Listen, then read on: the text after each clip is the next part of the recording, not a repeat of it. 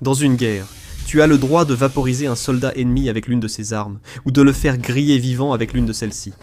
Mais jette-lui une seule grenade lacrymogène et félicitations, tu as commis un crime de guerre. Je sais que ça semble idiot, alors laisse-moi t'expliquer pourquoi c'est quand même génial. Tu vois ? Le premier gaz toxique de la Première Guerre mondiale n'était pas le chlore.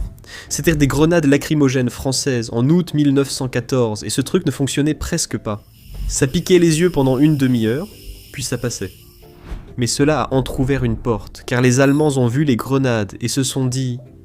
Donc maintenant on utilise du gaz ? Et là, ils sont vraiment devenus fous avec ça. En avril 1915 à Ypres, les Allemands ont déversé 170 tonnes de chlore directement sur la ligne de front.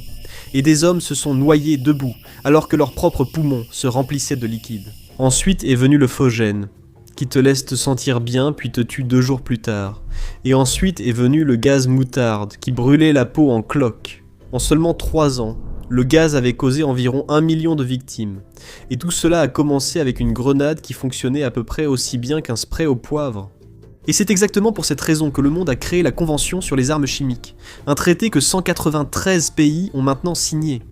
L'article interdit le gaz lacrymogène comme arme de guerre, non parce qu'il est vraiment cruel, mais à cause de ce que ça peut déclencher.